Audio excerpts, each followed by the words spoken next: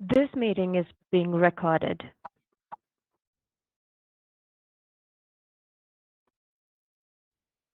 Very warm good evening to one and all. Welcome back to the today's session.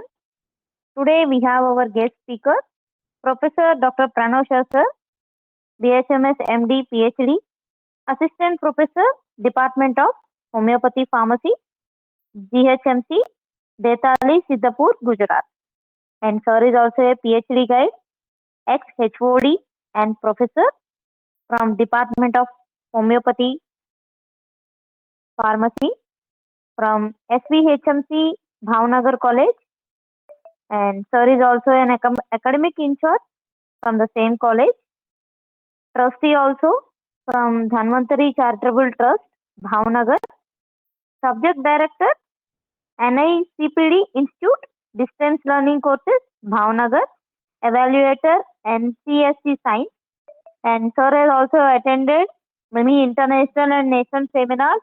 And sir also has been a guest speaker for many seminars and webinars. And sir has also published many papers. And today we'll having the topic regarding decoding the art of prescription, exploring methods of homeopathy, prescribing in daily practice. So hope you will all enjoy the session.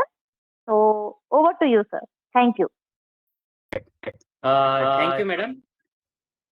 Especially, I thanks to all the ISA team to give me an opportunity for explore my practice when I complete my UG and after the complete my PG. I start my practice in different way. So I explore my view. Okay. So first question is why I select this topic. Okay. This topic select because prescribing is art within the science of homeopathy. ठीक है, हम हर बार सोचते हैं कि homeopathic is a art and science. तो explore and decoding different prescribing method equips practitioner with practical tools to handle variety cases effectively, thus improving the patient care and advancing the homeopathy.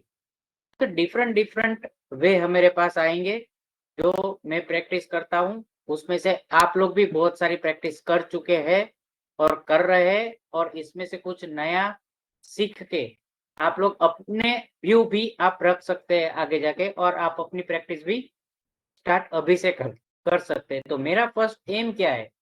Enhance the understanding of various homeopathic prescribing methods and then practical application in day-to-day clinical practice, empowering the students to choose the most suitable approach based on individual case requirement. तो जब हम student थे तब सबसे पहले दिक्कत ये आ रही थी, ये केस आया, वो केस आया, हम प्रिस्क्राइब मेडिसिन किस वे से करें कि जैसे हमको जल्दी रिजल्ट मिले और पेशेंट हमारे बढ़ते जाए. तो फर्स्ट ऑब्जेक्ट है to introduce and explain the major methods of homeopathic prescribing, to demonstrate the application of the case methods and real world cases example of the clinical practice, to help students understand the criteria for selection and appropriate prescribing methods based on the nature of the case, highlight the advantage and limitation and scope of each methods in diverse clinical scenarios, bridge the gap between the theoretical knowledge and practical executions of prescription in the outpatient and inpatient settings, to promote the individualized, rational and ethical prescribing alignment with the principles of homeopathy. यहाँ पे सबसे ज्यादा importance ये है कि कौन सी method कब लेनी है और कब नहीं लेनी है, जो मेथड हम यूज करें उसका एडवांटेज क्या है और उसका लिमिटेशन क्या है और उसका स्कोप क्या है. तो सबसे पहले method according to doctor Hahnemann says is the constitutional medicine. ठीक है, तो कॉन्स्टिट्यूशनल मेडिसिन हम प्रिस्क्राइब करते हैं, हमको मालूम है कि पूरा केस लेना है, उसकी टोटालिटी बनानी है, उसका एनालिसिस करना है, उसका एनालिसिस करने के बाद उसका रेपर्टाइजेशन करना है, और रेपर्टाइजेशन करने के बाद उसकी जो मेडिसिन सिमिलिमम आएगी वो हमको प्रिस्क्राइब करना है. तो focus on the totality of the symptoms and individual temperament for long term chronic disease, and even acute disease also. एक पेशेंट था 24-year-old female with a chronic migraine since adolescence. Symptoms periodic before menses, photophobia, thirstness, chilly, anxious about health and a love salty food. इतनी history पूरा case taking के बाद हमारे पास आ रही है, तो आप लोगों को पता ही है तो इसमें से कौन सी मेडिसिन आ रही। पहला सिम्टम है फोटोफोबिया रिलेटेड टू लाइट, थर्स्टलेस है और लव टू सॉल्टी फूड है। इतना ही आया है।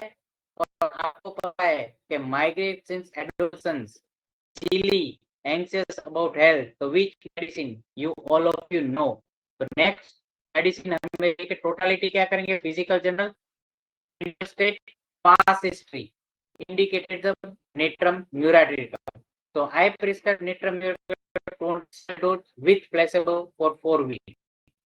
So outcome क्या है? Frequent reducing the from 5 months to 1 month over the 3 months. Why? Because it is a single medicine, single dose है। मीन्स मेरा कार्डिनल प्रिंसिपल ये इसके अंदर शूट होता है। मैं क्रोनिक केस के लिए ये था क्लियर कट फिजिकल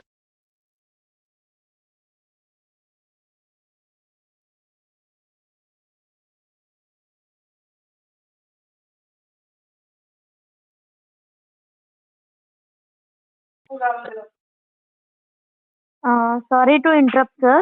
सर आपका आवाज कट हो गया है सर।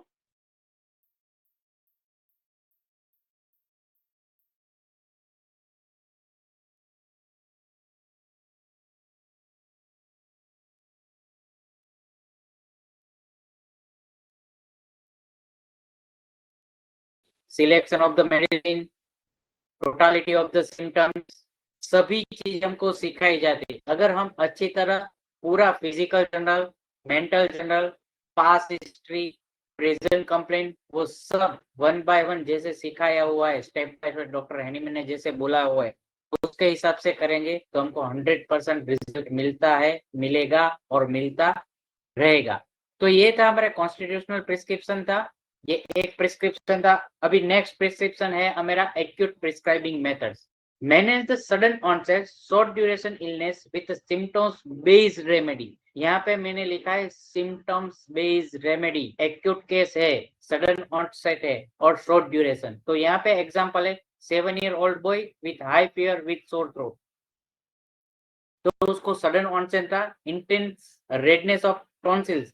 देखो यहाँ पे एग्जामिनेशन भी आता है। डॉक्टर हैनीमैन ने थर्ड एफोरिज्म ने नॉलेज ऑफ डिजीज और नॉलेज ऑफ अदर ऑब्जर्वेशन भी बोला हुआ है, वो हम आगे देखेंगे क्या क्या ऑब्जर्वेशन करना है। तो knowledge of the disease, examination of the case, ठीक है, diagnosis of the disease, prognosis of the disease, diagnosis of miasm, वो सब हमको आना चाहिए compulsory during the case taking.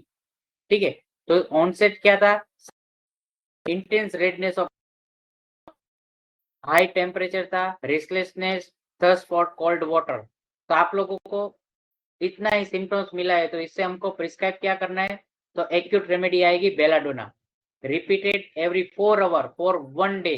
देखो यहाँ पे सडन ऑनसेट था, मीडियम पोटेंसी मैंने सिलेक्ट किया हुआ है, मैं हाई ग्रेड फीवर था, सडन ऑनसेट था, सिमिलर तो मैं 1 mg प्रिस्क्राइब कर सकता था, लेकिन मैंने यहाँ पे ओनली 200 प्रिस्क्राइब किया हुआ है, क्योंकि मेरी जो प्रैक्टिस थी, जो फीवर के अंदर जब भी मैं प्रिस्क्राइब करता था 200 पोटेंसी में, तो मुझे जल्दी रिजल्ट मिलता था। इसलिए मैंने यहाँ पे 200 मेडिसिन 200 पोटेंसी सिलेक्ट किया हुआ है। आप 1 mg प्रिस्क्राइब कर सकते हो, आपके ऊपर डिपेंड है। ठीक है, तो रिपीटेड किया हुआ है according to posology. Acute case repeat hourly, 2 hourly, 4 hourly, और whenever result get we not repeat the potency for 1 day, fever subside within 24 hours, fully recover in the 3rd day। तो यहाँ पे question है कि belladonna दूसरे दिन क्या किया? अगर बेलाडोना फीवर आया तो ही मैंने दिया है, अगर फीवर नहीं आया तो मैंने रिपीट नहीं किया है अकॉर्डिंग टू पोसोलॉजी। तो ये रहा हमारे 2 प्रिस्क्रिप्शन है, एक है कॉन्स्टिट्यूशनल रेमेडी प्रिस्क्रिप्शन और दूसरा प्रिस्क्रिप्शन है एक्यूट प्रिस्क्रिप्शन। ये दो हमारे डेली प्रैक्टिस में आते हैं। इसके हिसाब से अगर आप प्रैक्टिस करोगे तो 100% रिजल्ट मिलेगा। इसमें कुछ मैं नया नहीं बता रहा हूँ, जो हम रेगुलर जो प्रिस्क्राइब कर रहे हैं वही बता रहा हूँ। जो आगे जाके थोड़ा नया आएगा जो आप लोगों को पता है लेकिन आप प्रैक्टिस नहीं करते हो, ठीक है, तो उसके ऊपर भी आपको ध्यान देना है। Now another organopathic prescription using the remedy that target specific organ or physiological system to support the healing। ये हमको उसका दूसरा नाम है ऑर्गन प्रिस्क्रिप्शन, ऑर्गन रेमेडी जिसको हम बोलते हैं, ठीक है। तो ऑर्गन के ऊपर जो रेमेडी यूज होती है ओनली स्पेसिफिक ऑर्गन ही का ऊपर ज्यादा, दूसरे ऑर्गन भी ऊपर रिजल्ट मिलता है लेकिन स्पेसिफिक और जैसे चेलिडोनियम है, ठीक है, तो यहाँ पे चेलिडोनियम का ही एग्जांपल है। 55-year-old male with a chronic liver disease, fatty liver grade 2, heaviness in right hypochondria, bitter taste, poor digestion। इतना ही मेरे पास सिम्टम्स था।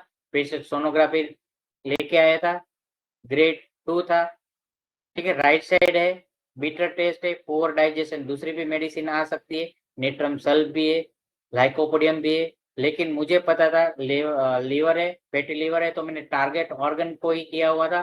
तो chelidonium mother tincture 100 drop TDS as a liver support with constitutional remedy after 2 weeks, ठीक है। यहाँ पे मैंने constitutional remedy prescribe किया ही है विद सपोर्टिव ट्रीटमेंट मैंने दिया है चेलिडोनियम, ठीक है। तो आउटकम क्या आना चाहिए? Improve appetite, reduce heaviness, better digestion within 1 month के अंदर आना था। तो यहाँ पे ऐसा नहीं किया, मैंने कॉन्स्टिट्यूशनल मेडिसिन दिया ही है, यहाँ पे मैंने लिखा नहीं है, यहाँ पे उसकी कॉन्स्टिट्यूशनल मेडिसिन आ रही थी, लाइकोपोडियम 200 सिंगल डोज दिया हुआ था विथ एसेट, ठीक है। तो ये था ऑर्गेनोलेप्टिक ऑर्गेनोपैथिक प्रिस्क्रिप्शन और also known as organ remedy. उसके बाद है totopathic approach means synthetic sources employing causative और indicate substance to counteract toxins, drug effect और एलर्जन, ठीक है। सिंथेटिक सोर्स है टोटोपैथिक। तो केस क्या था? 35-year-old mail with persistent skin rashes after prolonged antibiotic course, ठीक है। हमारे पास अभी रिंगवर्म के पेशेंट आते हैं, एक्जिमा के पेशेंट आते हैं, विटिलिगो के पेशेंट आते हैं, रेस्पिरेटरी एलर्जी के केसेस आते हैं। वो लोग कंटिन्यू बहुत सारी एंटीबायोटिक लेके ही आते हैं। तो मुझे पता चला कि उसको जब एजिथ्रोमाइसिन था, ठीक है, तो एजिथ्रोमाइसिन हमको पता है कि उसकी टोटोपैथी में एजिथ्रोमाइसिनम मेडिसिन मिलती है। अगर नहीं मिलती है तो आप अपने क्लिनिक पे भी बना सकते हो या फिर कोई भी फार्मेसी कॉलेज है वहां पे फार्मेसी टीचर को आप बोल सकते हो कि मुझे ये according to homeopathic prescription trituration से हमको एंटीबायोटिक या फिर जो भी एंटीबायोटिक थी, तो मैंने यहाँ पे एजिथ्रोमाइसिन बोला। तो एजिथ्रोमाइसिन मैंने 200 बनाया हुआ था, ठीक है। पहले 1x 2x 3x, ठीक है, स्टैंडर्ड कंपनी की परचेस किया था, उसको मैंने ट्राइचुरेशन किया था 1 आवर 2 आवर एंड 3 आवर। 3 घंटे के बाद solid potency converted into liquid potency, तो वो 4C बन जाएगी अकॉर्डिंग टू होम्योपैथिक नॉर्म्स ही बनाया हुआ है। अप टू 30 पोटेंसी तक मैंने 30 पोटेंसी का सिंगल डोज दिया हुआ है, ठीक है। तो उसकी एलर्जी जो भी थी वो धीरे धीरे कम हो गई, उसकी जो भी कंप्लेंट थी स्किन रेसिस थे वो भी कम हो गए थे। तो पता चलेगा एजिथ्रोमाइसिन, कई बार ऐसा तो क्रॉस क्वेश्चन होता है, एजिथ्रोमाइसिन क्यों दिया था? स्किन रेसिस है, एजिथ्रो दूसरे डिजीज के अंदर भी काम होता है, लेकिन प्रोलॉन्ग एंटीबायोटिक कोर्स था उसका, इसीलिए मैंने उसको एजिथ्रोमाइसिन के बाद ही हुआ था स्किन रेसिस, इसलिए मैंने एजिथ्रोमाइसिन ही दिया हुआ। ऐसा दूसरा केस था पेनिसिलिन का हेडेक का, ठीक है। प्रेग्नेंट वुमन थी, उसको बहुत सारे हेडेक हो रहा था प्रेग्नेंट, तभी उसने पेनिसिलिन लिया हुआ था इंजेक्शन। तो प्रेगनेंसी के बाद उसको हेडेक कंटिन्यू हुआ था, वो भी पेनिसिलिन के कारण ही हुआ था। ऐसा केस टेकिंग के अंदर पता चल तो पेनिसिलिन 1M दिया हुआ था, ठीक है। टोटोपैथिक अप्रोच भी आप अभी कर सकते हो क्योंकि बहुत सारे रेजिस्टेंस आ गए एलोपैथिक मेडिसिन के उसके कारण, ठीक है। उसके बाद दूसरा जो है clinical pressure, utilise the medicine based on organ affinity और क्लिनिकल डायग्नोसिस। तो आगे भी मैंने organ affinity with constitutional medicine दिया था, ठीक है। तो यहाँ पे ऑर्गन एफिनिटी और क्लिनिकल डायग्नोसिस के ऊपर से अगर पेशेंट आता है, एग्जांपल के लिए 40-year-old female with diagnosis osteoarthritis of knees, तो मैंने रेस्ट्रोक्स प्रिस्क्राइब किया था। क्यों किया था? तो common clinical presentation of the stiffness and pain worse at rest better on motion, हम सभी को पता है रेस्ट्रोक्स के अंदर दिया ही हुआ था, तो उसी के हिसाब से ही मैंने मेडिसिन प्रिस्क्राइब किया हुआ है, उसमें मैंने कुछ नया नहीं किया है, तो मैंने उसको क्लिनिकल प्रिस्क्राइब नाम दिया है। कई और डॉक्टर ने कोई और भी नाम दिया हो सकता है, ठीक है। उसके बाद माइस्मेटिक प्रिस्क्रिप्शन, ये मेरा सबसे फेवरेट प्रिस्क्रिप्शन है, ठीक है। तो addressing underlying the chronic disease pattern bye targeting inherited and acquired मायाजम। हमको पता है कि मायाजम क्या है, इनहेरिटेड मायाजम क्या है और एक्वायर्ड मायाजम वो भी हम सभी को पता ही है, तो उसके अंदर आगे मैं नहीं जाता हूँ, डायरेक्ट एग्जांपल देता हूँ। 29-year-old female with recurrent skin eruption deposit despite of the acute and constitutional remedy. Miasmatic analysis strong psoric syphilitic background था, सोराइनम 1 दिया हुआ था, single dose followed by the acute management remedy, reduce in recurrence frequency over the 6 month. यहाँ पे मैंने psorinum एक ही बार दिया होता, जरूरत लगा नहीं था तो मैंने रिपीट नहीं किया था अकॉर्डिंग टू नोजोर्स प्रिस्क्रिप्शन, ठीक है। अगर दूसरा एग्जांपल देता हूं तो उसके साथ रेपर्टरी में करता हूँ एग्जांपल के हिसाब से। फैमिली हिस्ट्री के अंदर मैटरनल साइड, मम्मी की साइड, सभी को डायबिटीज है, उसके मामा को, उसकी मौसी को, उसकी नानी को, ठीक है। तो रेपर्टरी के अंदर एक रूब्रिक दिया है हेरिडिटरी, और हेरिडिटरी के अंदर लिया है मैटरनल साइड एंड डायबिटीज, तो ओनली सिंगल मेडिसिन दिया हुआ है वो है कार्सिनोसिन, ठीक है। तो ये ध्यान रखना है, कई बार ऐसा होता है कि कार्सिनोसिन के ड्रग पिक्चर के अंदर नहीं दिया होता है कि ऐसी चीज आ रही है, लेकिन रेपर्टरी जो टूल्स है वो हमको सबसे ज्यादा गाइड करता है, और फाइनल सिलेक्शन हमको करना है मटेरिया मेडिका से। तो ये ध्यान रखना है कि हमको रेपर्टरीराइजेशन भी करना है, अगर मायाज्मेटिक प्रिस्क्रिप्शन कर रहे हैं तो फिर भी देखना है कि वो मायाजम वो मेडिसिन वो कवर हो रही है कि नहीं हो रही, तो ही प्रिस्क्राइब करना है, वरना प्रिस्क्राइब नहीं करना है, ठीक है।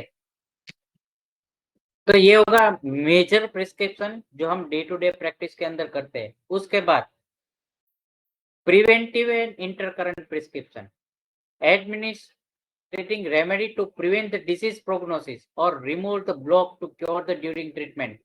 देखो, remove the block with miasm भी हो सकता है, remove the block with constitutional medicine भी हो सकता है, remove the block with acute remedy भी हो सकता है। कई बार बहुत सारे फिजिशियन इंडिविजुअलाइजेशन के हिसाब से रिमूव द ब्लॉक की डेफिनेशन यूज करते हैं, तो हमको क्या लगता है, मैंने जो लगाया वो मैंने बोला हुआ, ठीक है। तो मैं कई बार ब्लॉक कॉन्स्टिट्यूशनल मेडिसिन भी से भी हो सकता है, एक्यूट मेडिसिन से भी हो सकता है, और स्पेसिफिक नोजोड, सार्कोड और इम्पेंट्रोबिलिया मेडिसिन से भी हो सकता है। 15 years old hostel student during the seasonal influence, 15 student hostel student during the seasonal influenza outbreak, prescribe infliximab 200 as a preventive single dose weekly for the 3 weeks। देखो, ये जब होता है तब हम अकॉर्डिंग टू डॉक्टर हैनीमैन के हिसाब से हम सभी चीजें देखते, एपिडेमिक, जीनस एपिडेमिक, वो सब रूल्स लगाने के बाद ही ये प्रिस्क्राइब करते हैं। यहाँ पे मैंने शॉर्ट बताया हुआ है, बाकी सभी चीजें आप ऑर्गेनोम के अंदर लिखा हुआ है, पढ़ सकते हो, आपके ऑर्गेनोम के टीचर भी समझा सकते हैं, मटेरिया मेडिका भी टीचर भी समझा सकते हैं, और अदर टीचर भी समझा सकते हैं। How to select the influenza 200C as a preventive single dose weekly for the 3 weeks. Outcome significant lower the incidence rate in prophylaxis group compare to non treated student. ये एक case था। दूसरा हमने use किया हुआ था conjunctivitis case के अंदर भी हमने किया हुआ था। कंजक्टिवाइटिस जब होता है आउटब्रेक जो है, तब हम उसका भी इसी के हिसाब से सभी को हम देते हैं और उसका रिजल्ट हम सभी ले सकते। दूसरा है बीच में लंपी, जो एनिमल के अंदर बहुत डिजीज आया था, उसके अंदर भी हमने बहुत सारी मेडिसिन यहाँ से गवर्नमेंट होम्योपैथिक मेडिकल कॉलेज से हम लोगों ने दिया हुआ था, उससे भी बहुत सारा रिजल्ट मिला हुआ। ठीक है, तो उसके बाद now highlight the advantage and limitation and scope of each method in diverse clinical scenarios. मैंने सब बोल तो दिया कि ये प्रिस्क्रिप्शन करना है, लेकिन उसका एडवांटेज क्या है, लिमिटेशन क्या है। तो एडवांटेज है constitutional medicine addressing the root cause by the treating the whole person, patient as a whole, not a disease. Long standing result in chronic condition can prevent the recurrence. Limitation requires the detailed case taking and analysis, time consuming to arrive at a minimum and may not be suitable for the emergency। देखो यहाँ पे मैंने लिखा may not be और may be। कई बार ऐसा होता है कि हम एक्यूट केसेस के अंदर भी उसकी कॉन्स्टिट्यूशनल मेडिसिन प्रिस्क्राइब हो जाती है, कई बार हमको पता रहता नहीं है, तो ये भी ध्यान रखना है। Scope based for the chronic deep seated disease and preventing care. Now second, acute prescription advantage क्या है, rapid relief in the sudden illness, strategy forward, remedy selection based on the presenting symptoms। देखो acute prescription बहुत अच्छी तरह, ठीक है, doctor Praful Vijaykar sir ने सिखाया हुआ है। ठीक है, तो उसकी बुक के अंदर भी आप पढ़ सकते हो। मैं ऐसा नहीं कर रहा हूँ कि आप वो परचेस करो, मैंने उसमें से भी सीखा हुआ है एक्यूट प्रिस्क्रिप्शन। दूसरी सेगल मेथड है, उसमें से भी सीखा हुआ है। सभी मेथड हमको पता होनी चाहिए, लेकिन अकॉर्डिंग टू केस हमको मेथड चेंज करनी पड़ेगी। लिमिटेशन क्या है, limit role of addressing the underline the constitutional problem, possibility of the recurrence if the deeper issue are not addressed, use in emergency, infectious disease and seasonal elements।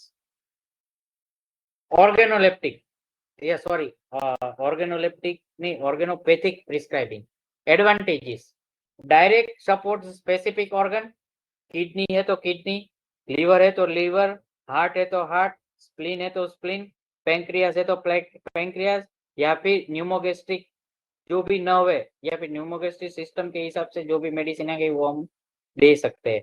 Limitation, symptomatic relief without full constitution pure if use alone, may require the combination with a deeper acting medicine, means may require the combination with constitutional medicine, supportive in the functional or early pathological changes in a organ। अगर आप posology के अंदर देखना चाहते तो pharmacy के book के अंदर पोसोलॉजी चैप्टर के अंदर आपको कब कौन सी मेडिसिन, कौन सी मेडिसिन हमको पता है, लेकिन कौन सी पोटेंसी और रिपीटेशन बहुत अच्छी तरह लिखा हुआ है। ठीक है, अगर आप सेकंड ईयर हो, थर्ड ईयर हो, फोर्थ ईयर हो, या फिर प्रैक्टिस करते हो, अगर पोटेंसी सिलेक्शन और रिपीटेशन के अंदर दिक्कत आए तो फार्मेसी बुक खोल के आप पोसोलॉजी चैप्टर पढ़ लेना, तो बहुत सभी चीजें आपको उसके अंदर से माइंड क्लियर हो ही जाएगी।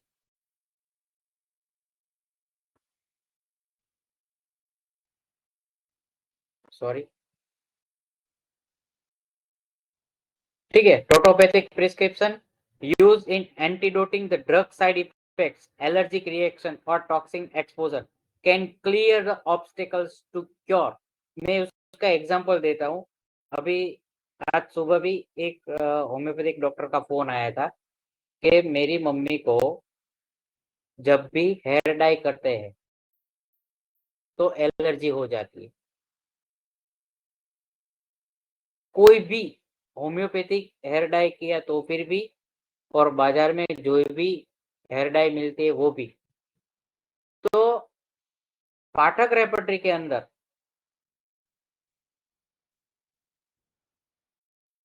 एलर्जी कॉस्मेटिक के कारण एक ही मेडिसिन दिया है, बोविस्ता दिया हुआ है। ऐसे बहुत सारे हेयर डाई के अंदर मैंने रिजल्ट ले चुका हूँ, और विद इन 1 और 2 या फिर मैक्सिमम 5 डे के अंदर उसकी एलर्जी की रिएक्शन जो है वो चली जाती है। वो 200 या फिर 1 ml के अंदर प्रिस्क्राइब करना है according to susceptibility of the case के हिसाब से। ठीक है, तो यहाँ पे मैंने एलर्जी रिएक्शन का एग्जांपल और टॉक्सिक एक्सपोजर का एग्जांपल दिया हुआ है। ठीक है, दूसरी एग्जांपल मैं दे रहा हूं आपको चॉकलेट का। ठीक है, या फिर चॉकलेट मेडिसिन से भी आप चॉकलेट की एलर्जी दूर कर सकते हो। ठीक है, जैसे पेनिसिलिन का मैंने एग्जांपल दिया, एजिथ्रोमाइसिन का एग्जांपल दिया, ऐसे आप तो डाइक्लोफेनिक का भी एग्जांपल आप ले सकते हो। ठीक है, तो लिमिटेशन क्या है? Limited curative power in the chronic constitutional condition relies heavily on accurate identification of the causative agent। देखो यहाँ पे मैंने हेयर डाई के अंदर जो भी चीज यूज किया हुआ है, मुझे पता नहीं किससे एलर्जी हो रहा है, इसलिए मैंने पाठक लेबोरेटरी पर यहाँ पे उपयोग किया। पे कॉस्मेटिक एलर्जी है तो बोविस्टा दिए तो बोविस्टा दिया हुआ है मैंने। ठीक है, detox protocol post drug effects and allergic condition. Now clinical prescription हम कर रहे हैं तो उसका क्या क्या एडवांटेज और लिमिटेशन है। Quick remedy selection in the resource, limited और time limited settings, helpful for the common well defined clinical pictures, limitation risk of polypharmacy और mechanical prescription without totally consideration में miss deeper individualised symptoms. Means clinical prescribe करोगे तो temporary relief मिलेगा। कई बार आप clinical एक से ज्यादा मेडिसिन भी दे सकते हो, तो हमको वो नहीं देना है, जरूरत पड़े तो हम दे सकते हो, जितना बने उतना नहीं देना है। ठीक है, तो स्कोप क्या है? ओपीडी, मास कैंप, इनिशियल एक्यूट मैनेजमेंट। ठीक है, कई बार ऐसा होता है कि मास कैंप में जा रहे हैं तो क्या करना है, कॉन्स्टिट्यूशनल मेडिसिन कई बार मिल भी जाती है 2-3 सिम्टम्स पूछने के बाद, कई बार नहीं भी मिल सकती है, तो हमको वहां पे क्लिनिकल प्रिस्क्रिप्शन उसका देखना है। Miasmatic rate target the deeper chronic predispositions and can remove the barrier or long-term cure or remove the obstacle also. Limitation required through the understanding of the miasm their manifestation। हमको miasm traveling उसके hereditary अंदर भी देखना है और present complaint भी देखना है और past complaint के अंदर भी देखना है। Risk of over reliance without individual symptoms consideration, scope chronic relapsing or resistance and family history link the disease। ठीक है, फैमिली हिस्ट्री कंपलसरी देखना है माइasmatic प्रिस्क्रिप्शन अंदर, एंड पास हिस्ट्री भी कंपलसरी देखना ही है for miasmatic prescription. Preventive and intercurrent prescription advantage, reduce the risk of the disease outbreak और रिलैप्सिंग। जैसे कोविड आया हुआ था, उसके अंदर भी हमने प्रिवेंटिव और इंटरकरंट प्रिस्क्रिप्शन बहुत सारी दिया होता, और कोई भी इंडिया के अंदर ऐसा बंदा नहीं बोल सकता है कि मैंने होम्योपैथिक नहीं लिया। सभी ने अपना मतलब लाइफ बचाने के लिए, जीवन बचाने के लिए होम्योपैथिक तब लिया ही था। ठीक है, 1 या 2 लोग हो सकते हैं जो वो बोल सकते हैं कि मैंने होम्योपैथिक मेडिसिन नहीं लिया था कोविड के कारण। ठीक है, तो ये एडवांटेज क्या है? Reduce the risk of the disease outbreak और relapsing, help overcome treatment plateaus. Limitation, prevent the role not always universally accepted, require the correct timing and remedy choice। Epidemic prophylaxis, seasonal prevention, chronic cases management when the progressive status quo के अंदर हम preventive. ठीक है, तो यहाँ तक हमारे जो था, तो रेगुलर प्रिस्क्रिप्शन उसके अंदर मैंने कोई भी चीज अलग नहीं बोला है, हम रेगुलर प्रिस्क्राइब करते हैं। तो अगर मेरा नया केस टेकिंग के अंदर क्या होता है, तो मैं सबसे ज्यादा डेट ऑफ बर्थ पूछता हूँ और राशि पूछता हूँ। ठीक है, तो उससे क्या होता है, तो बायोकेमिक रेमेडी है, मेरे 12 टिश्यू रेमेडी है। ठीक है, तो उसके अंदर हमको बहुत सारा इंपोर्टेंस मिल जाता है और with help of date of birth and राशि। ठीक है, तो prescribe based on birth and राशि। ठीक है, तो such method fall under the supplementary prescribing, not a classic assignment methods, but emphasis the even when the using the birth rate input the final prescription must align with the patient's totality of the symptoms. Astrology alone cannot replace the case taking. ठीक है, तो case taking के अंदर हमको ध्यान रखना है, compulsory करना ही है। ठीक है, होम्योपैथी टोटालिटी का कोई बेस ले ही नहीं सकता, लेकिन सप्लीमेंट्री प्रिस्क्रिप्शन, सपोर्टिव प्रिस्क्रिप्शन हम बायोकेमिक रेमेडी से दे सकते हैं। तो मैं एक टूल्स ये यूज करता हूँ, सभी मटेरिया मेडी का टीचर तो आप पूछ सकते हो, बायोकेमिस्ट्री की जो बुक है होम्योपैथी की, उसके अंदर बर्थ एंड राशि, एस्ट्रोलॉजी मून एंड सन राशि के हिसाब से उसके अंदर दिया ही हुआ है, तो आप उसको फॉलो कर सकते हो with constitutional medicine. Without constitutional medicine आप यूज मत करना। अगर आप कंफर्म हो राशि और मतलब चंद्र राशि और सूर्य राशि मीन्स सन एंड मून राशि, ज़ोडिएक साइन आपको कंफर्म है तो ही आप प्रिस्क्राइब करना, वरना प्रिस्क्राइब मत करना। तो पेशेंट मेल, एग्जाम्पल है 15 अगस्त 1995, लियो।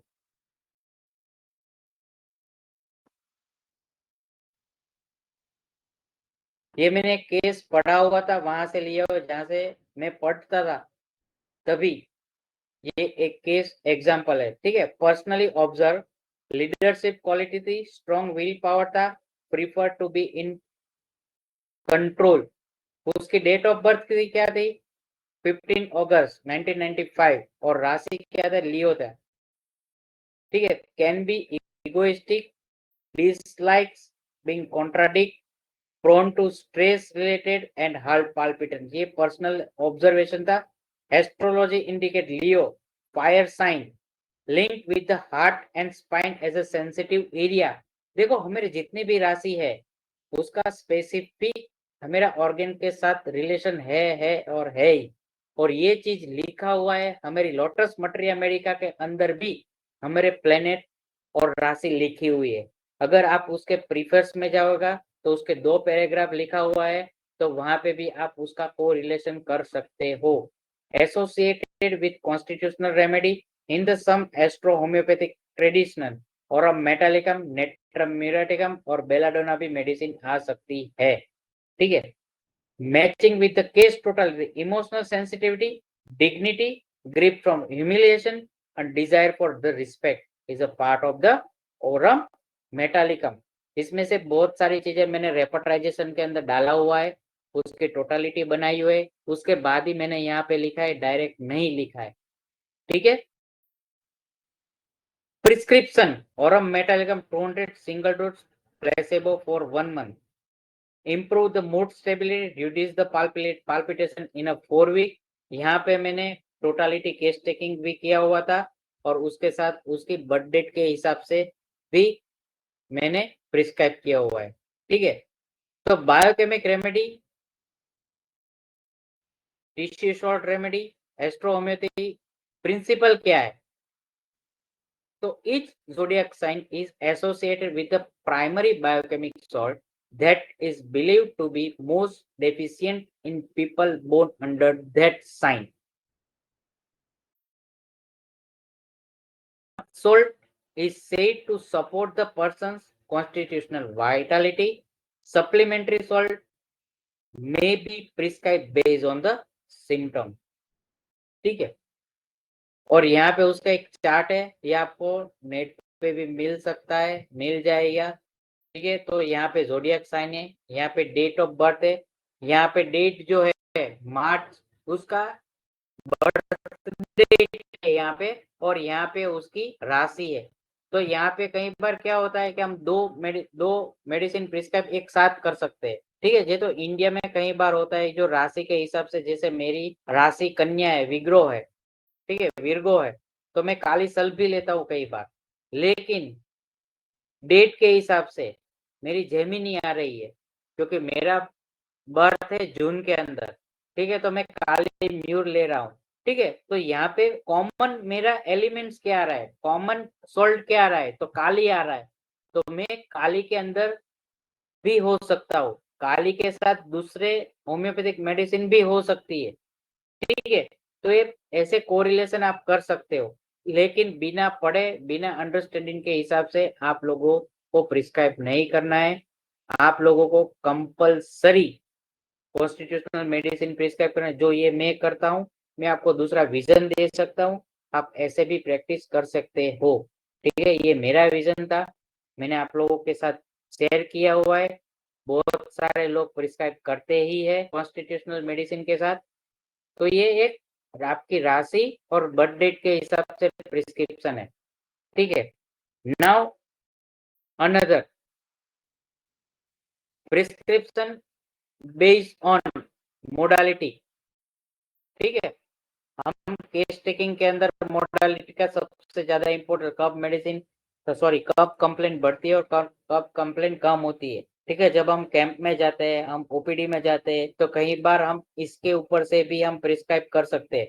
तो definition, in some acute and specific clinical situations, remedy selects solely based on prominent modality। यहाँ पे लिखा है मैंने prominent modality ही लिखा हुआ है, ऐसे नहीं कि आया और ले लिया। Condition that make symptoms better or worse when characteristic symptoms are absent or minimum। This is often seen the quick prescription, mass camp and first aid situation के अंदर ही हमको ये प्रिस्क्राइब करना है। मोडालिटी की पॉइंट क्या है? मोडालिटी है, एग्रावेशन है, एम्बुलेशन है। Why use it? When other characteristics are lacking but a clear modality is present. Risk क्या है? तो पार्शियल प्रिस्क्रिप्शन मेथड है, may give the temporary relief not deep constitutional cure. तो हमको हमने क्या किया, पेशेंट को टेम्पररी रिलीफ दे दिया। पेशेंट आया तो क्या लगा कि हालो 3 दिन के अंदर अच्छा हो गया।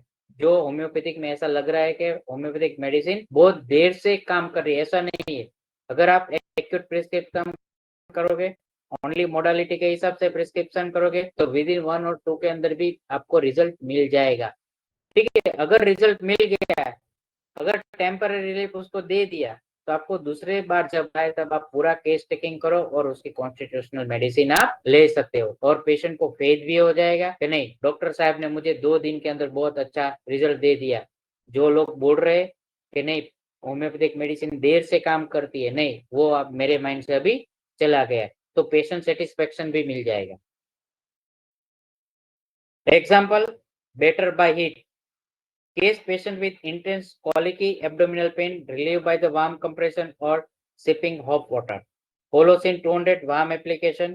Ambulation pain is bending double, ये हम कॉमन प्रिस्क्राइब करते हैं। कई बार बेंडिंग डबल के अंदर मैकफॉस भी कई बार यूज कर देते हैं। ठीक है, तो कब मैकफॉस करना है, कब कोलोसिन करना है, तो वो हमको ध्यान रखना है।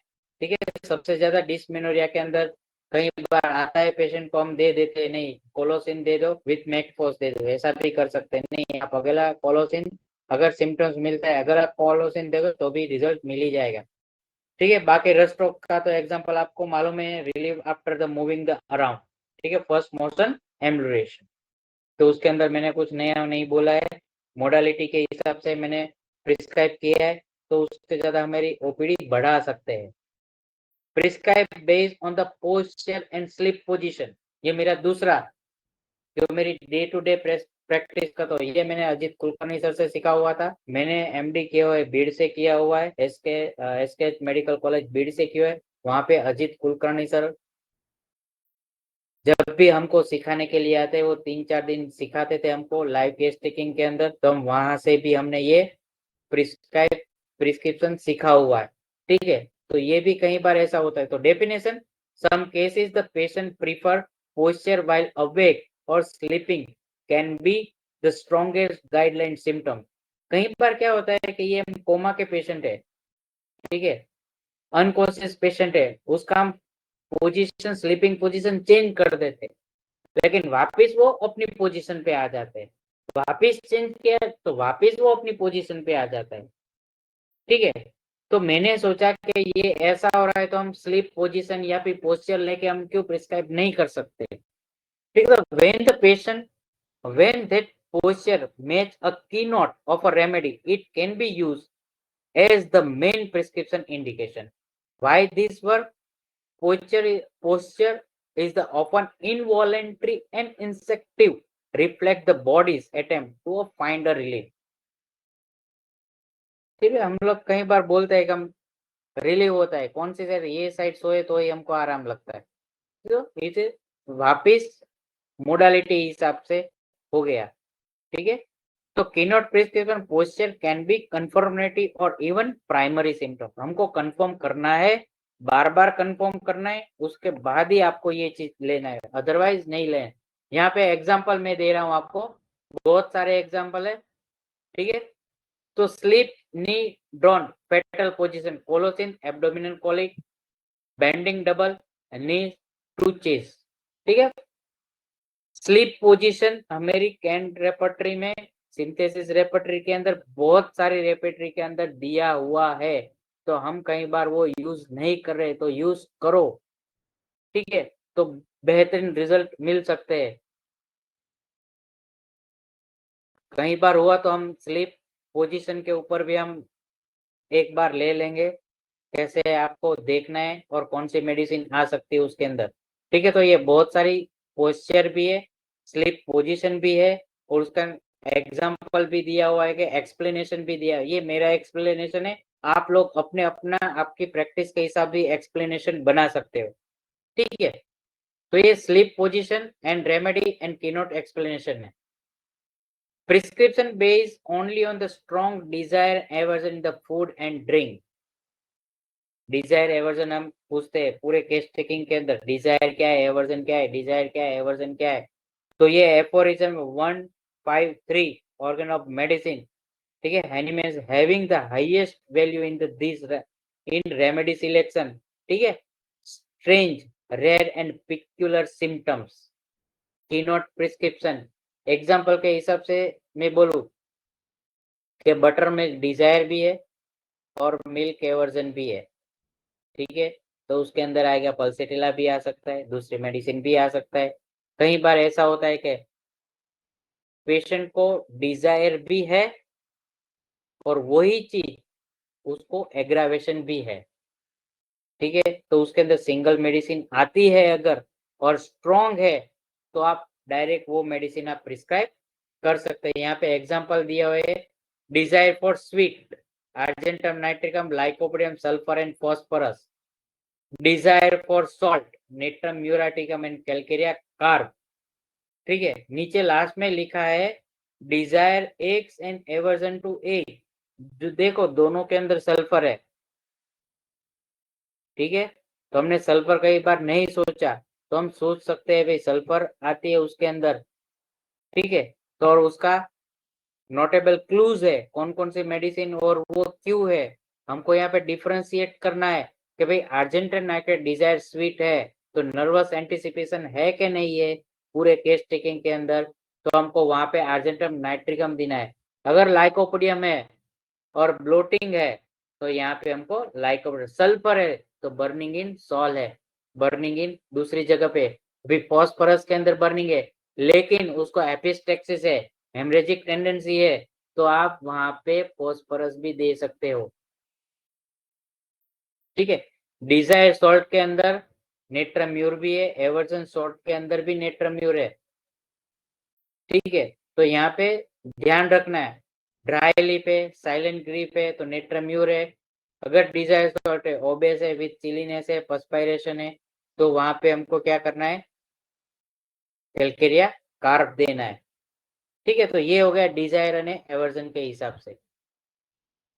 ठीक है, दूसरा यहाँ पे milk, crave yet can not tolerate, aethusa, calcarea carb and pulsatilla. ठीक है, हमको पल्सेटिला ऐसा है खाने के बाद उसको कंप्लेंट बढ़ जाते हैं, लेकिन कई बार कैलकेरिया कार्ब हम सोचते नहीं है और इथ्यूजा भी सोचते हैं नहीं है। ठीक है, कई बार हम इथ्यूजा का केस सोचते हैं लेकिन वो निकलता है पल्सेटिला का केस निकलता है। ठीक है, तो ये हमको देखना है केस टिके के अंदर, तो उसके हिसाब से भी आप मेडिसिन ले सकते हो। Another prescription based on the dream is a unique but valid method for homeopathic practice. Why? Often used when other character symptoms are scarce or when the dream contained a striking, peculiar, and emotionally intense. This is rooted in the fact that the dream can be reflect the patient's subconscious mental state, suppress emotions and internal conflict. ठीक है, GNM के बारे में अभी बहुत सारी चर्चा हो रही है, जीएनएम जीएनएम, ठीक है, वो इंटरनल कॉन्फ्लिक्ट भी देखता है और साथ में वो भी प्रिस्क्राइब कैसे क्या करना है वो भी हमको दिखाई देता है। ठीक है, तो allow all of which are the key in individualisation. ठीक है, ड्रीम के अंदर भी हम पर्टिकुलर पर्सन को आप देख सकते हो। ठीक है, मैंने बोल दिया कि भाई स्ट्रेंज है, रेयर एंड पिक्युलर सिम्टम्स है, mental and emotional state symbolic है, कैंट सिंथेसिस कंप्लीट रेपर्टरी के अंदर, और कई बार फाटक और मर्फी रेपर्टरी के अंदर भी हमको स्पेसिफिक चीजें हमको मिल जाती है जो पेशेंट के अंदर मिलती है। लेकिन जब आप लाइफ हिस्ट्री पूछते हो तो वही ड्रीम पूरी लाइफ के अंदर कहीं ना कहीं रिफ्लेक्ट होता ही है, तभी हम ड्रीम सबसे ज्यादा इंपॉर्टेंस दे सकते हैं। ठीक है, dream of falling, borax, sulphur, calcarea carbon, anxiety and insecurity, dream of snake, लेकेसिंग, अर्जेंटम नाइट्रिकम, नाजा, क्रोटोलस ओरिडस। ठीक है, जेलसी, लोकासिटी एंड फियर, इसके अंदर हम एकोनाइट भी ले सकते हैं, इसके अंदर पल्सेटिला भी ले सकते हैं। ठीक है, dream of water and float, natrum muriaticum, kali carbon for emotion and grief. देखो इतने सारे ड्रीम दिए हुए, अगर ड्रीम है, अगर ड्रीम चैप्टर के अंदर नहीं मिल रहे तो हमको डिल्यूजन के अंदर क्रॉस में देखते हैं। ठीक है, तो बहुत सारे ड्रीम के अंदर उन लोगों ने लिखा है क्रॉस रेफरेंस अंदर डिल्यूजन में देखना है, तो हमको वहां पे डिल्यूजन के अंदर देखना है। अनदर वापिस डॉक्टर अजित कुलकर्णी का टॉपिक आ गया, prescribe on based on the body language. ठीक है, तो नॉन वर्बल क्यूज है, पेशेंट कैसे एंटर होता है, ये ऑब्जर्वेशन का पार्ट हो गया मेरा। मैंने आगे बोला था डॉक्टर है नहीं, मैंने ऑब्जर्वेशन बोला हुआ है, लेकिन कब और कैसे करना है वो हमको सीखना है। ठीक है, तो पोस्चर है, जेस्चर है, फेशियल एक्सप्रेशन में मैनरिज्म है, गेट है, वॉइस टोन है, माइक्रो बिहेवियर है, that reflect the patients mental and emotional state दिखाई देता है। ठीक है, तो जैसे पेशेंट अंदर एंटर होता है तो सबकॉन्शियस माइंड पर्सनालिटी ट्रेट के हिसाब से वो बाहर आ जाते हैं। Confirm the remedy choice when the verbal symptoms are vague, crucial for the paediatric, geriatrics and psychiatric cases. ठीक है, ध्यान रखना है हमको कब वो यूज करना है। कहीं साइकाट्रिक केस के अंदर कॉमन आ जाता है, ऐसे लैंग्वेज हो ही जाती है, तब हमको वो बॉडी लैंग्वेज नहीं लेना है। Example, 6-year-old boy with a recurrent cough, observation constantly pulling at collars and losing the shirt, restless leg, avoid the eye contact. Interpretation from my side. इसका इंटरप्रिटेशन आपके हिसाब से भी कर सकते हो। Discomfort around the neck, restlessness, match the lachesis skin. दूसरे भी सिम्टम्स है जो मैंने ऑब्जर्वेशन किया था वो लिखा हुआ था। ठीक है, लेकेसी स्टोनेड सिंगल डोज, यहाँ पे constant pulling a collar and loosing the shirt, वहां पे ऐसा भी हो सकता है वो शर्ट उसके मम्मी पापा ने जबरदस्ती पहना है वो, ठीक है, उसको कंफर्टेबल नहीं है, उसकी वजह से भी वो constant pulling at the collar कर सकता है। तो वहां पे आपको कैसे लेना है वो आपका ऑब्जर्वेशन है, तो वो आपको क्रॉस चेक करना ही है, सही में है ये नहीं है, अदरवाइज है तो आपको वो रूब्रिक लेना है, अदरवाइज नहीं लेना है। ठीक है, यहाँ पे बहुत सारी रेमेडी है, एक एग्जांपल देता हूँ। Arm tightly cross, guarded pose, posture, natrum muriaticum हमने इग्नेशिया है, reserve, grip, aversion to consolation. मैं आपको दूसरा एक एग्जांपल देता हूँ जेस्चर एंड बॉडी लैंग्वेज का। सिंघम पिक्चर सभी ने देखा हुआ है। ठीक है, तो जब अजय देवगन मिनिस्टर के पास जाता है और मिनिस्टर उसके ऊपर पानी या कुछ फेंकता है या फिर इसको कुछ बोलता है या फिर मारता है, तब उसका हाथ बैक साइड के अंदर ऐसे पकड़ा हुआ रहता है। ठीक है, और जब आप पिक्चर देखते हैं तो यही पोजीशन, कैमरा भी वही पे, वहां पे उसने क्या किया था, एंगर सप्रेस किया होता है, तो वहां पे उसकी बॉडी लैंग्वेज है। देखो पिक्चर के अंदर भी हमको बॉडी लैंग्वेज दिखाई देती है, कहाँ पे उन लोगों ने सप्रेस किया है, तो उसके हिसाब से भी आप कई बार कोरिलेट कर सकते हो, ठीक है। तो वो क्यों किया हुआ है, तो यहाँ पे उसका अनकॉन्शियस माइंड या उसने सप्रेस किया हुआ था, वो अगर कैमरा के अंदर भी दिख रहा है, पेशेंट आ रहा है हमारे क्लिनिक के अंदर, उसके अंदर भी अगर उसकी कोई स्पेसिफिक बॉडी लैंग्वेज दिख रही है, तो हमको उसको कन्वर्ट करना है उसके कीनोट क्लू के अंदर, उसको करना है हमको रेपर्टरी लैंग्वेज के अंदर, और बाद में रेपर्टराइजेशन करने के बाद हमको फाइनल मेडिसिन के पास पहुंचना है, ठीक है। Walk with chest out and chin high, ठीक है। कई बार बहुत सारे पिक्चर के अंदर आप देखते हैं कि वॉक विथ चेस्ट आउट, बाहर निकाल रहे हो, और चिन हाई के हिसाब से प्लेटिना और metallicum, pride, sense of superiority, ठीक है। तो ये उसकी बॉडी लैंग्वेज हो गई।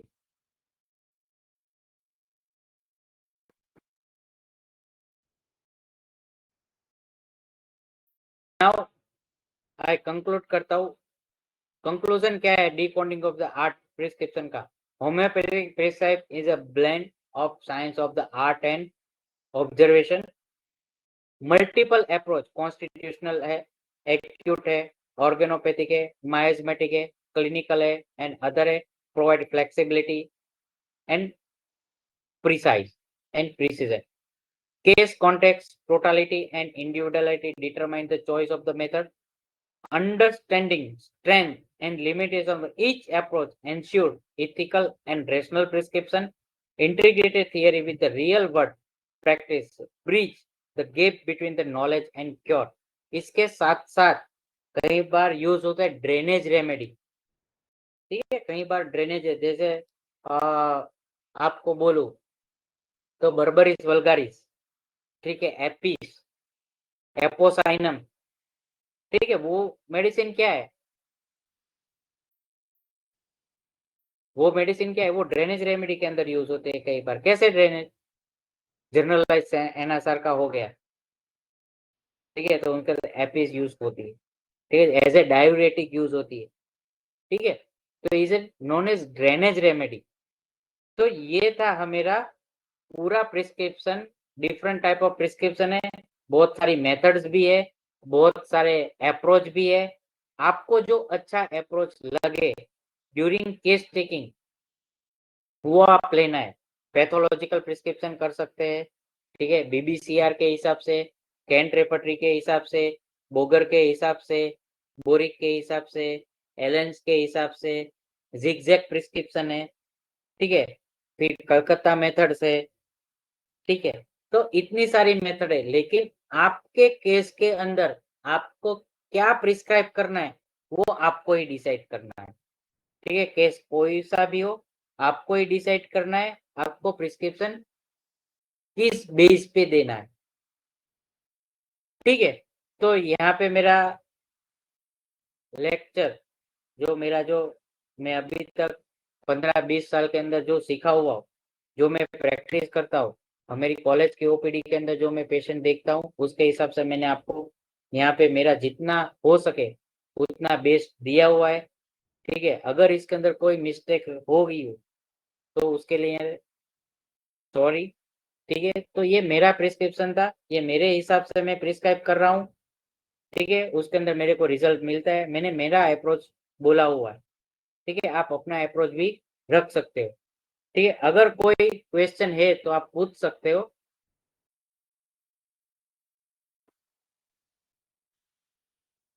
अगर कोई क्वेश्चन है तो आप पूछ सकते हो।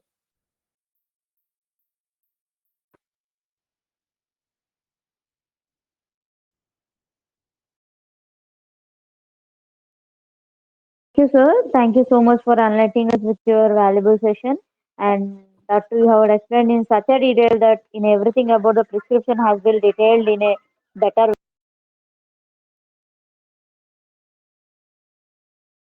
Ma'am, Thank you, sir. Thank you so much. Now we will move on to the question and answer session, sir. Respected participants, if you have any questions, kindly comment in the comment box so that sir will be answering. Yes.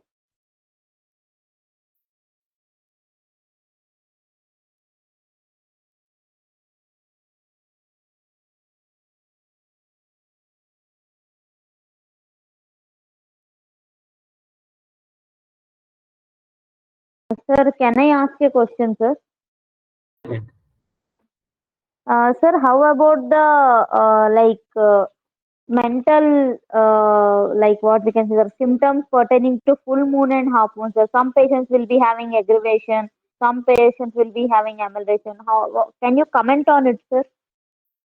Madam अगर full moon और half moon है, new moon है, उसके rubric available ही है, ठीक है। और वो कवर हो जाएगा आपका एस्ट्रोलॉजी के साथ भी, जोडियक साइन के साथ भी कवर हो ही जाता है, ठीक है। अच्छा तो ये हमको रेपर्टरी के अंदर कंप्लेन जो है उसके हिसाब, जैसे साइकेट्रिक केस है कोई भी, उसके अंदर फुल मून और फुल मून न्यू मून के अंदर कंप्लेन बढ़ती जाती है, तो हमको उसके हिसाब से मेडिसिन प्रिस्क्राइब करना है। रेस्पिरेटरी कंप्लेन है जो, ठीक है, रेस्पिरेटरी कंप्लेन के अंदर भी फुल मून और न्यू मून के अंदर कंप्लेन बढ़ती है, तो वो रूब्रिक कवर होने चाहिए और पेशेंट को बोलना है कि फुल मून और न्यू मून के आगे पीछे आपको कब कब कंप्लेन बढ़ती है और कब कब कंप्लेन कम होते हैं, वो आपको बताना है। उसके बाद ही हम वो रूब्रिक लेके हम प्रिस्क्राइब करते हैं। Thank you, sir. Sir, how about the patients who will be having or missing some of their date of birth? Like some people will be not knowing their date of birth, or else some will be having like madam the yes मैं they ये, didn't have. हाँ yes हाँ. Madam, देखो अगर हमारे पास original date of birth नहीं है हमारे पास, ठीक है, तो हमको नहीं लेना है। लेकिन अच्छा, उसका नाम जो है, नाम हाँ. नेम है, वो उसका जब छोटा था तब से वो उसके साथ ही जुड़ा हुआ है, तो उसके नाम के हिसाब से आपको वो राशि सिलेक्ट करनी है और जो राशि के सामने जो मेडिसिन आएगी वो मेडिसिन हमको प्रिस्क्राइब करना है। उसके अंदर बायोकेमिकल के अंदर भी 12x,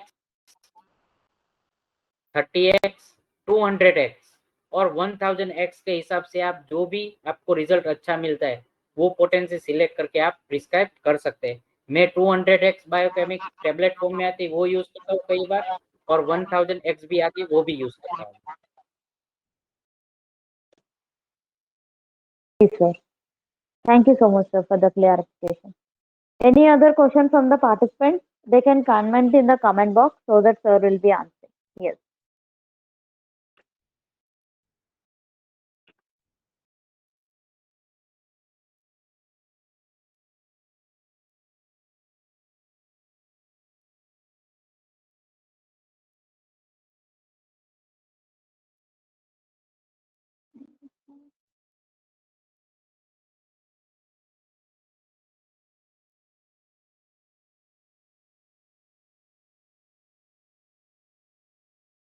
Hope they were clear with the topic, sir.